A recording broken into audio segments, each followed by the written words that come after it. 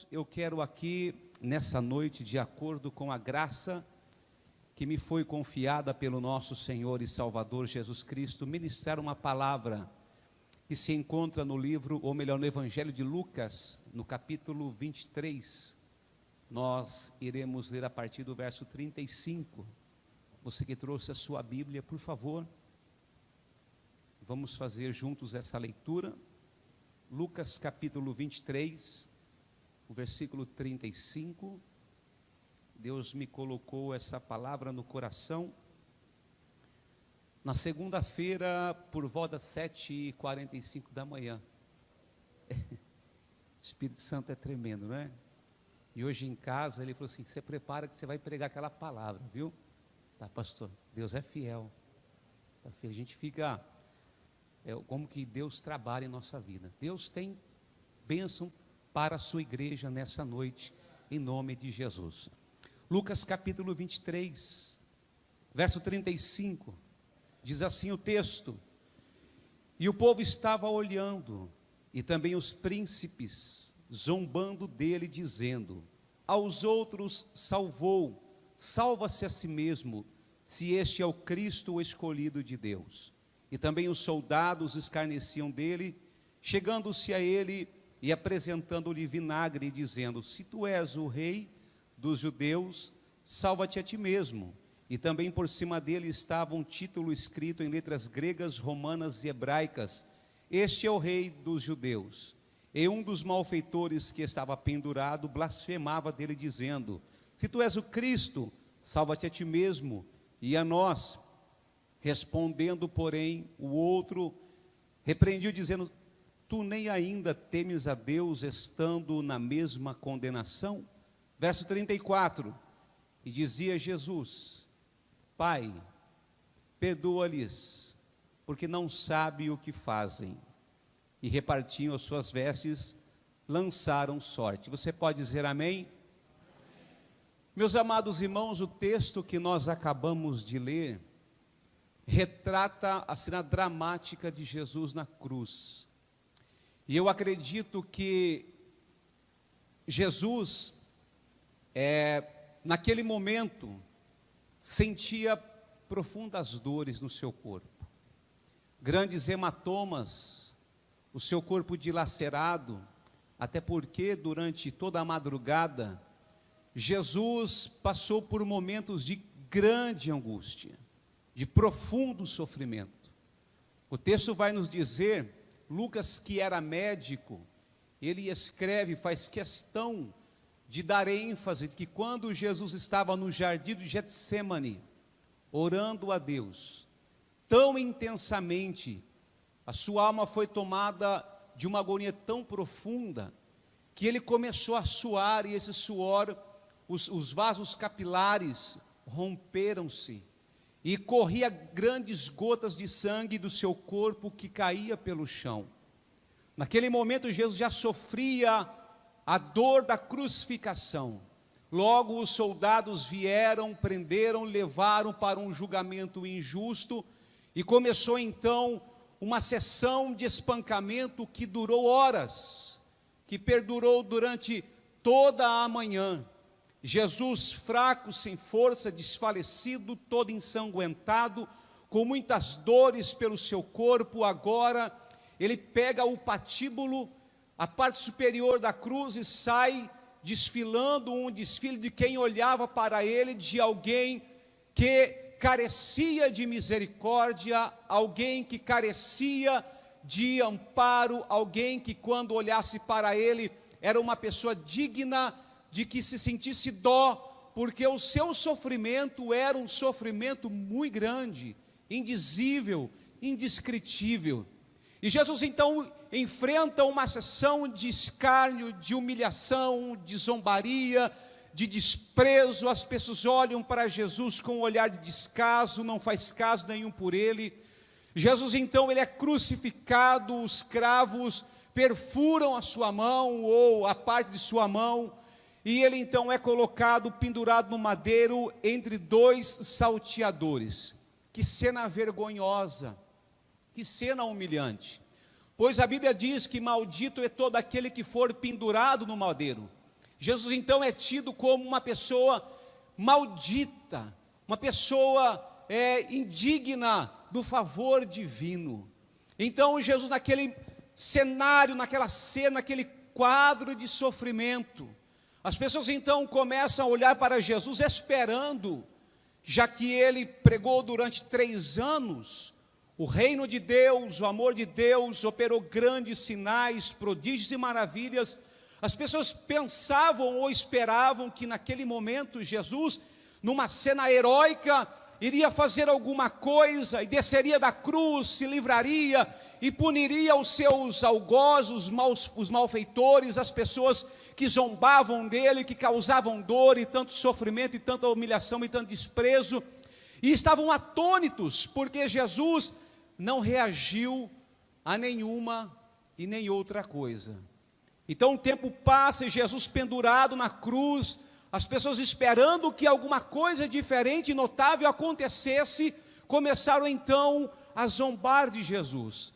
Marcos vai dizer que algumas pessoas passavam e maneavam a sua cabeça, balançavam a sua cabeça com um sinal de desprezo. Salvou tanta gente, mas não consegue salvar nem a si mesmo. Fez tanto benefícios pelos outros, por que não faz? Duvidando da sua capacidade. E aí Lucas vai descrever, nós lemos aqui todo o sofrimento, toda a humilhação, toda a zombaria que Jesus ele está enfrentando. E quando Jesus então tem a oportunidade de expressar alguma coisa, de falar algo, Jesus vai dizer algo assim que deixa, no mínimo, as pessoas atônitas.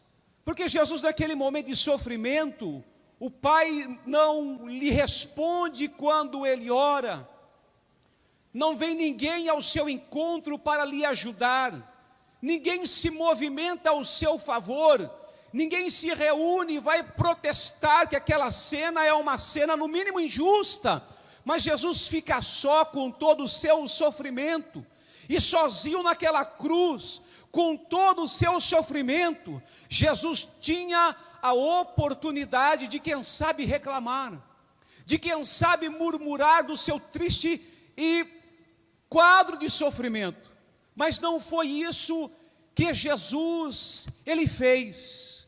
Algumas pessoas, diz o texto, que algumas mulheres, enquanto Jesus está indo para o Gólgota, elas choravam e batiam no seu peito, dizendo, sofrendo por ele. E Jesus então, naquele momento, olhando para, não fique chorando por mim, mas chore por vós, por vossos filhos, porque dias virão que vão ser muito tristes para vocês. Só essa cena, mas nos demais, aonde está aqueles que o seguiram? Aonde estavam todas as pessoas com as quais ele se encontrou, mudou e transformou a sua vida? Por quê? Nesse momento ninguém lhe estendeu a mão. Jesus naquele momento, com todo aquele quadro de sofrimento, Jesus não murmura, Jesus não se levanta contra o céu, liberando palavras de maldição contra Deus, reclamando do seu quadro, reclamando do seu sofrimento, murmurando contra a situação, culpando A ou B pelo seu sofrimento. Mas Jesus faz algo notório que eu gostaria de compartilhar com os irmãos nessa noite.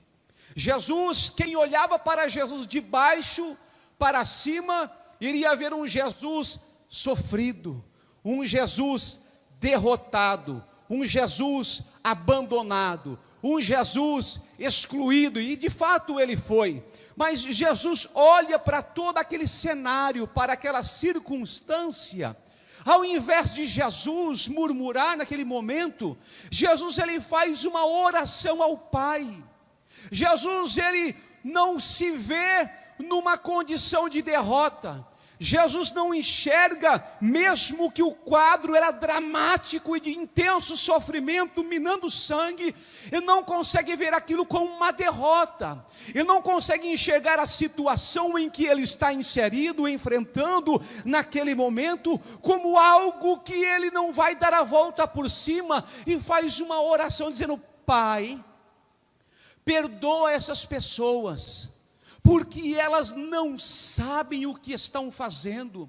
É uma oração de alguém que está em um nível superior e consegue deslumbrar, e consegue enxergar com clareza que aquele momento não estava determinando o seu futuro, mas que aquele momento era apenas um momento passageiro, era algo que iria terminar, e o resultado de toda aquela dor, de todo aquele sofrimento, iria resultar em um peso eterno de glória, muito excelente. Jesus não se enxerga como alguém, um pobre coitado. Jesus, olhando para si, não lamenta as suas chagas e suas dores, não fica lambendo as suas feridas e responsabilizando A ou B pelos problemas que ele estava enfrentando. Jesus estava no alto da cruz, enxergando o trono de Deus, o qual ele logo iria assentar por toda a eternidade. E Jesus teve essa visão que eu quero compartilhar com os irmãos nessa noite.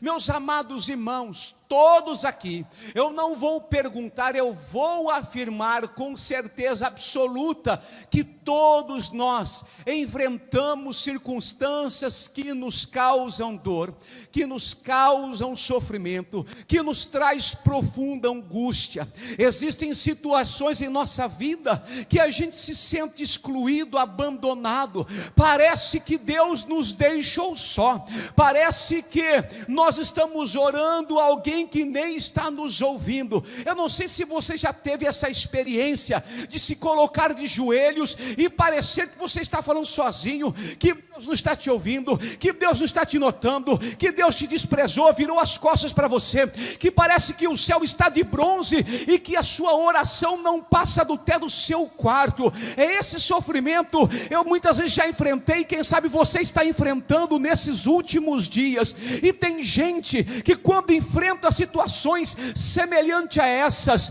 as pessoas reagem de forma diferente, mesmo vivendo mesmas situações. Tem gente que passa por dores e sofrimento e consegue ver nisso a providência e a bênção de Deus. E existem pessoas que, passando por sofrimento igual, conseguem culpar Deus e o mundo pela sua situação. E a maneira como você enxerga a situação que você está vivendo diz muito o quanto você conhece de fato a Deus, diz muito o quanto íntimo você é de Deus, o quanto de fato você tem contato com as Sagradas Escrituras e o quanto de fato você tem uma comunhão com o Senhor Deus. Porque o José é um outro exemplo, que foi humilhado pelos seus irmãos, vendido pelos seus irmãos, foi ultrajado, foi escarnecido, parou dentro de uma cela e passou por todo aquele sofrimento. Quando ele subiu lá como primeiro-ministro do Egito, e os seus irmãos veio ao seu encontro, e os seus irmãos perplexos, dizendo: agora nós estamos perdidos. Veio toda a memória, de tudo que eles fizeram. Nós estamos perdidos. E José chora e diz: ele, olha, não fique aborrecido, porque para a preservação da vida, Deus me enviou na frente de vocês. Eu não fui vítima de uma situação não, mas foi providência divina. Deus está cuidando de nós, Deus está cuidando de tudo. Eu passei o que eu passei para me tornar mais robusto, para saber administrar a circunstância que eu estou vivendo hoje, para que o meu coração não se exaltasse. Por isso Deus me colocou aonde estou. Ei, irmão, Deus está permitindo o sofrimento na sua vida, não é para acabar com você, não é para deixar você caído, desprezado e abandonado, mas para fortalecer o seu caráter cristão e para manifestar na sua vida uma glória muito maior da qual você já experimentou. Qual será o resultado se você ficar culpando todo mundo? O que vai mudar na sua vida se você responsabilizar a circunstância que o país está mergulhado? O que vai mudar se você culpar o governador ou o presidente do país do seu caos em que você está vivendo? O que vai mudar se você responsabilizar a igreja, o líder, o pastor, ficar tentando procurar o culpado para o seu problema? O que vai mudar isso na sua vida? Qual será o resultado benéfico que isso vai trazer para você? Infelizmente existem pessoas que vivem um drama do coitadismo, a síndrome do coitadismo. Eu sou um coitado, e conta um testemunho de si, nem um testemunho, um testemunho de: eu fui vítima disso, olha, me fizeram isso, olha, me vi. Quando vão falar, e dá vontade até de chorar, de tanto que você ouve. E dirigi uma igreja, a primeira igreja que eu dirigi foi lá em Limeira, em São Paulo, e tinha uma irmã que toda vez que eu dava uma oportunidade para ela contar um testemunho, ela ia lá e falava: porque meu marido é assim. Eu falei: meu Deus do céu. E aí um dia eu me aborreci, falei: hoje eu vou falar com sua irmã, por favor, quando a senhora for na frente da igreja, não dê testemunho, mas dê testemunho da graça, da bondade de Deus na sua vida. Sofrimento todo mundo tem, Jesus deixou muito claro isso, que aquele que quiser vir após mim, deve tomar a sua cruz e seguir-me a cada dia. Sofrimento nós vamos ter, mas nós teremos a providência divina todos os dias, até a consumação dos séculos. E ela contava, sabe, o que vai mudar na sua vida? O que vai alterar na sua vida se você ficar se lamentando, lambendo as tuas chagas, dizendo que você é um pobre coitado e vítima da sociedade, que eu fui desprezado, eu fui excluído, ninguém me vê aqui na igreja. O homem talvez não possa te ver, mas os olhos do Todo-Poderoso estão fitos sobre você, e a sua graça estendida sobre a tua vida aqui nessa noite. Eu quero que você entenda aquilo que Paulo deixou escrito, que as tribulações desses séculos presentes não podem ser comparadas, aleluia, com a glória que há de ser revelada pelo Senhor naquele último dia. Aleluia! E se for do agrado de Deus você passar por isso, como Pedro apóstolo escreve numa das suas cartas, se é um projeto de Deus, e se nós temos que passar por uma perda, por um desemprego, por uma enfermidade, se Deus está no controle, é melhor viver em meio à tempestade, mas no centro da vontade de Deus, que no lugar de bonança, fora da sua presença. Porque enquanto estivermos no centro da vontade de Deus, teremos o cuidado divino constantemente sobre nós. Jesus conseguiu olhar a situação de uma forma diferente. Comece a olhar. Não é um budismo, não. Pensa que você está num lugar bonito e você... Não. Você está no sofrimento. Estou sofrendo, mas eu sei que as aflições desse século não pode alterar aquilo que Deus preparou para cada um de nós. Paulo escrevendo aos Romanos, dizendo, eu sei, Paulo vai dizer aqui que as aflições, que os problemas da vida,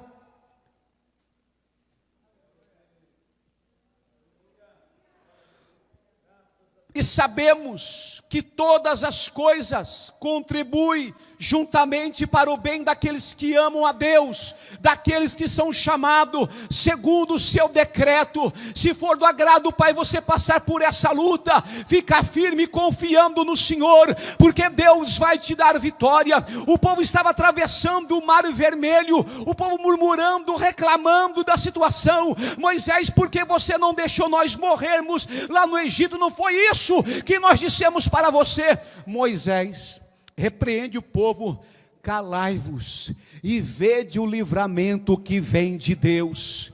O escritor aos Hebreus dizendo que quando estava acontecendo isso, Moisés ficou firme, não temeu a Faraó e ficou firme como se estivesse vendo o invisível. Pela fé, Moisés estava vendo a providência de Deus chegando.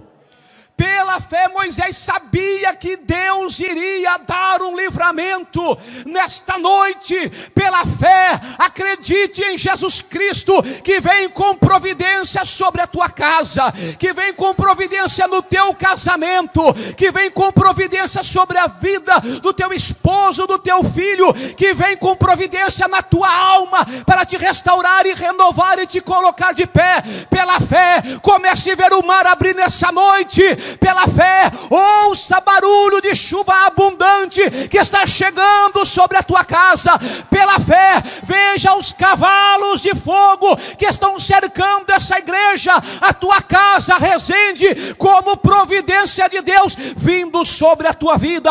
Pela fé, enxergue o sobrenatural de Deus acontecendo hoje na sua casa. Para de lamento, para de choro, para de tanta murmuração. Levante a sua mão para o céu e glorifique o Deus da providência, que te chamou, que te redimiu, que cuida da sua alma e cuida da sua vida. Aleluia. O escritor aos Hebreus vai falar porque Jesus agiu dessa forma. É interessante a palavra de Deus. O escritor aos Hebreus escreve no capítulo 11, ou melhor, capítulo 12. Portanto, nós que estamos rodeados de uma tão grande nuvem de testemunhas, corramos com paciência, ou melhor, deixemos todo o embaraço, o pecado que tão de perto nos rodeia, e corramos com paciência a carreira que nos foi proposta, olhando para Jesus, consumador, autor e consumador da nossa fé. Aí ele explica por que Jesus suportou tudo aquilo. Jesus, o qual, pelo gozo que lhe estava proposto, Deus tinha proposto algo melhor para Jesus do que a cruz. Deus tinha proposto algo melhor para Jesus do que a cruz. Deus tem algo melhor proposto para você. Muito melhor do que o sofrimento e o desprezo, muito melhor do que a dor e a angústia que você está enfrentando. Para Jesus, Deus tinha proposto o seguinte: pelo gozo que lhe estava proposto, suportou a cruz. Suportou a cruz, aleluia, desprezou a afronta. Jesus afrontado, dessa aí, vai, você não é crente? Cadê o negócio mudando? Não estou dando nem ouvido para você. Eu sei para onde eu estou indo. Deus está no controle de tudo. Eu estou vendo a mão de Deus chegando na minha vida. Eu estou vendo o sobrenatural. Suportou, desprezou a afronta e suportou tudo e assentou-se à destra do trono de Deus. Aleluia, aleluia. O trono estava preparado para Jesus, mas para Jesus chegar ao trono, ele precisou chegar, passar pela cruz. Para você ascender um nível, você vai ter que passar pela cruz. Suporta, despreza o sofrimento, porque Deus tem preparado algo grande e maravilhoso para você também. E eu arrisco em dizer, arrisco baseado no que? Na palavra de Deus. Capítulo 3, verso 21 de Apocalipse. Jesus diz: ao que vencer, dar-lhe-ei que se assente no meu trono, assim como eu venci e assentei no trono do meu Pai. Deus tem também um trono para você. Suporta, irmão. Vai mais um pouquinho, levanta nessa noite, chacoalhe a poeira, você que caiu, coloque-se de pé. Deus está contigo para te dar vitória. Posso orar com a igreja, pastor? Por favor, coloque-se de pé. Suporta mais um pouquinho. A Bíblia vai dizer que o choro pode durar uma noite, mas a alegria, ela vem ao amanhecer.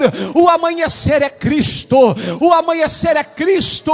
Está escrito lá no capítulo 4 do profeta Malaquias, no verso 2: e para vós que esperai no meu nome, nascerá o sol da justiça, e salvação trará debaixo das suas asas. A salvação para a sua vida hoje é Jesus. É Jesus. Para a sua casa, qual é a salvação? É Jesus.